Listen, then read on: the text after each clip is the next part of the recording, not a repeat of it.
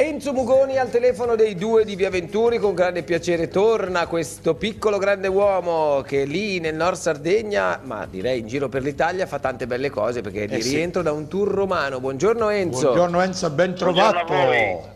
Come stai? Abbastanza bene, voi come state? Tutto Molto bene? bene, caro amico. Come ci vedi? Un po' accaldati, bene, ma molto per il No, bene. resto così bene. stiamo nella parte finale della stagione. Quando arriva la parte finale della stagione è come gli ultimi esami all'università, sei stanco un po' e vorresti fare vacanza, ma c'è ancora un mese da affrontare e con piacere. Invece per te questo tour romano come è andato? Passaggio anche tra l'altro da Fiorello all'Edicola Fiore. Questo ragazzo Sì, fa sì. strada, Dai, raccontaci un po'. È andato abbastanza bene, anche perché insomma ho cantato in varie situazioni, dove mi sono esibito al Teatro Antico di Ostia e poi al Circolo Culturale Artistico L'Arcobaleno, e dopodiché sono stato in varie TV locali e radio anche, dove mi hanno ospitato, e poi la ciliegina sulla torta è stata Edicola Fiore, perché durante questi giri a Roma, anche ultimamente ero alla presentazione del libro di Don Bacchi, e insomma sono stato So da che la Fiorello. regia ha qualche contributo fotografico di tutto questo peregrinare, quindi se ecco qua iniziamo da un po' di immagini che riguardano ovviamente Enzo e tutto il suo girovagare. Detto ciò, sì, ti vediamo bene. A Roma, ecco qui con Fiorello, Sì. a Roma la tua notorietà esiste già da un po', insomma, ecco, non è proprio la prima volta che vai a fare tour da quelle parti, no?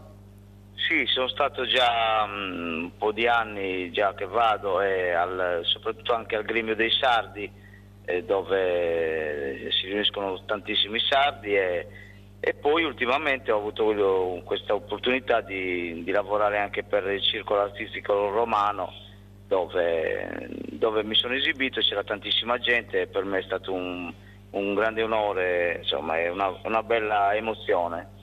E poi sono stato lì da Fiorello, perché sono andato a trovarlo, sai, ti ricordi, ti raccontai che 2 o 3 anni fa sono stato alla sua trasmissione quando faceva la radio, no? Sì, Sì, che ce l'avevi detto. E poi sono andato a trovarlo lì, stava per finire la trasmissione, e insomma mi ha visto e mi ha detto: fra 10 minuti ci vediamo. Ha preso la sua telecamera, e nel backstage c'è stata questa estemporanea tra me e lui, che ha mandato in onda su Canale 8. Gli hai fatto almeno un pochino di Celentano, tu che sei...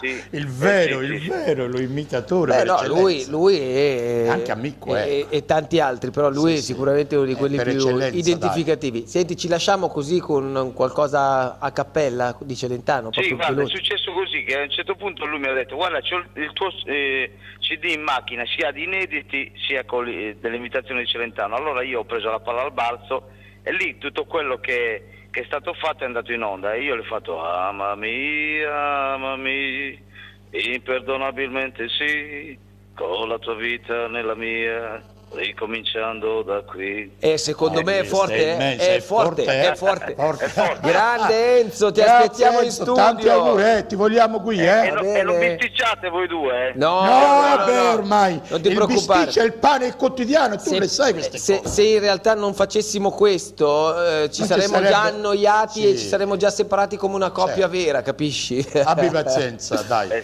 Ciao No, Enzo, poi- a Ciao, presto. in bocca al Poi lupo, siete ciao forti, caro amico. siete forti. Ciao, sei tu. Grazie. Tu sei il più forte, sei Ciao, tu ciao. forte. Ciao, Ciao, caro. Enzo. Ciao, Enzo ciao, Mugoni.